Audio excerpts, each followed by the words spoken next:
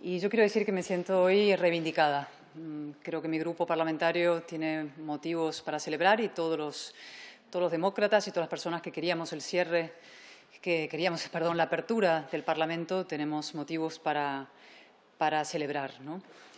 Ha sido una victoria de la presión democrática del Partido Popular para que se abriera el Parlamento. El Congreso ha rectificado sobre el cierre de la Cámara, es decir, la Presidencia del Congreso ha rectificado sobre el cierre del Congreso de la misma forma en que la Moncloa, el Gobierno, tuvo que rectificar respecto a la censura de los medios de comunicación, respecto a esas ruedas de prensa prefabricadas, enlatadas, ¿no? Nosotros presentamos esta mañana y ayer mismo, yo lo di a conocer ante el Grupo Parlamentario Popular, la reunión conjunta de diputados, senadores y europarlamentarios, un plan para la reapertura inmediata del Parlamento. Y esa presión, conjuntamente con la presión, sobre todo ejercida por el presidente del Partido Popular, Pablo Casado, sobre el Gobierno para que se abriera esta Cámara, ha surtido efectos. Nosotros partíamos nuestra posición de varias premisas básicas. En primer lugar, de que los diputados somos un servicio esencial. Nosotros estamos al servicio de los ciudadanos, somos parte del servicio esencial que tiene que estar en funcionamiento permanentemente para que la democracia esté en funcionamiento. Y también de una segunda premisa, yo lo he repetido muchas veces en juntas de portavoces, que es que los diputados no somos de mejor condición que tantas personas que están luchando durísimamente en primera línea contra la crisis del coronavirus. Me refiero a los médicos, enfermeras, cajeras en supermercados, policías, guardias civiles, todas esas personas que heroicamente están luchando en primera línea, tienen que tener por parte de nosotros, sus representantes, el mismo compromiso y la misma responsabilidad. Y eso significaba mantener el Congreso abierto, mantener el Parlamento funcionando y nosotros activamente también en nuestro lugar de trabajo. Lo dije yo al principio de esta crisis, casi hace un mes ya, dije el Congreso no se cierra ni en caso de guerra. Y eso es, digamos, el grito de batalla que hemos defendido a lo largo de todas estas semanas, que este Congreso no se podía cerrar y por eso, insisto, creo que lo de hoy ha sido una victoria de la presión democrática del Partido Popular en defensa de los derechos democráticos de todos. Como he dicho, a lo largo de estas semanas el Congreso se fue cerrando progresivamente. Se cerró en 6 actos. Primero, se suspendieron las sesiones de control, el control al Gobierno, que es una función esencial. En segundo lugar, se rechazó la comisión de seguimiento que el Partido Popular propuso, que iba a ser una comisión transversal que afectara a todos los ministerios que estaban implicados en la lucha o la gestión de la crisis del coronavirus. En tercer lugar, liberaron al Gobierno de su obligación parlamentaria de responder en tiempo y forma a las preguntas que les hacemos los diputados. En cuarto lugar, nos prohibieron presentar enmiendas durante el estado de alarma, los decretos, leyes que se han ido aprobando durante el estado de alarma, lo cual es manifiestamente inconstitucional en nuestra opinión.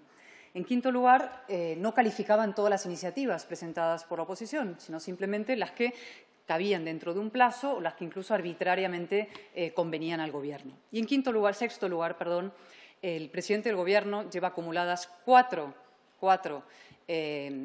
obligaciones de comparecer ante el Parlamento por reuniones del Consejo Europeo y todavía no ha cumplimentado ninguna de esas obligaciones. Pues bien, ese cierre en 6 actos, nosotros exigimos una apertura también en 6 actos que afectara a cada uno de esos puntos, ¿no? Le voy a contar primero la reapertura, el plan de reapertura, que ha servido para presionar al Congreso y conseguir el objetivo que todos deseábamos, y para luego pasar a detallarles algunos de cómo se van a realizar las funciones parlamentarias a partir de ahora. En primer lugar, lo que nosotros exigimos en ese plan de reapertura inmediata del Parlamento era que hubiera sesiones de controles semanales desde ya. Dijimos, desde la semana que viene. Pues bien, el Congreso, la Cámara, la Mesa, la Presidencia del Congreso y la mayoría que lo sustenta, Partido Socialista, Podemos, por tanto el Gobierno, han accedido a esa petición nuestra y va a haber sesiones de control a partir de la semana que viene. Vamos a poder controlar al Gobierno con preguntas orales, interpelaciones a partir de la semana que viene. Esto es un asunto importantísimo, insisto. En segundo lugar, nosotros exigimos en ese plan la puesta en funcionamiento de todas las comisiones, todas del Congreso. Sí se puede reunir la Comisión de Sanidad, como se ha estado reuniendo una vez a la semana. Dijimos, ¿por qué no el resto de comisiones? Pues, efectivamente, han tenido que rectificar y las comisiones van a empezar a reunirse en cuanto a las mesas, pongan en orden las comparecencias solicitadas, etcétera. Se van a poner en marcha las comisiones, por tanto, segunda exigencia que ha tenido que aceptar la Cámara.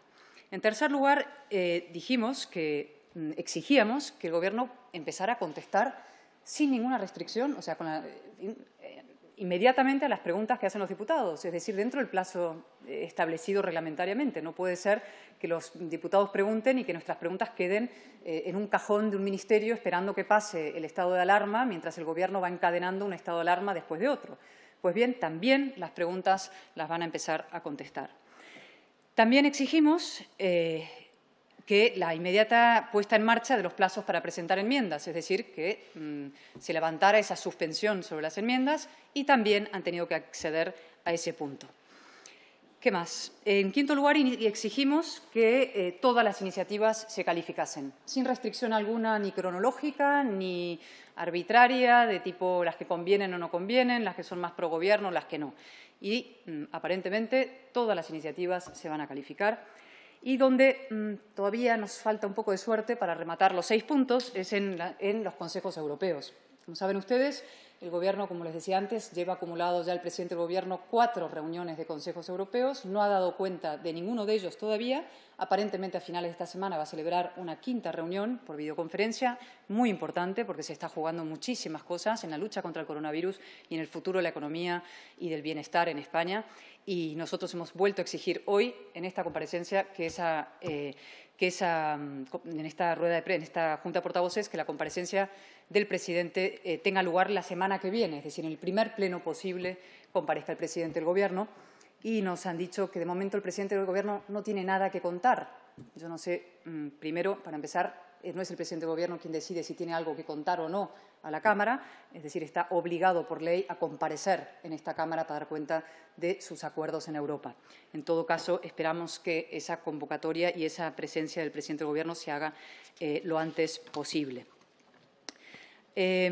A partir de ahí, ¿qué más? También insistimos, y esto es lo que estamos viendo hoy, que es también una rueda de prensa un poco rara, extraña, por videoconferencia, pero es otra de las exigencias que añadimos en nuestro plan de reapertura, y me alegro especialmente que se haya tenido en cuenta, que es que se pudieran celebrar ruedas de prensa como como hacemos otros grupos políticos, como la Moncloa ha tenido que acceder a hacer desde este Congreso, es decir, que las instalaciones del Congreso también sirvan para que los portavoces podamos comunicarnos y poder responder a las preguntas abiertamente, insisto, abiertamente, de todos los periodistas que así lo deseen, y celebro que eso se esté produciendo.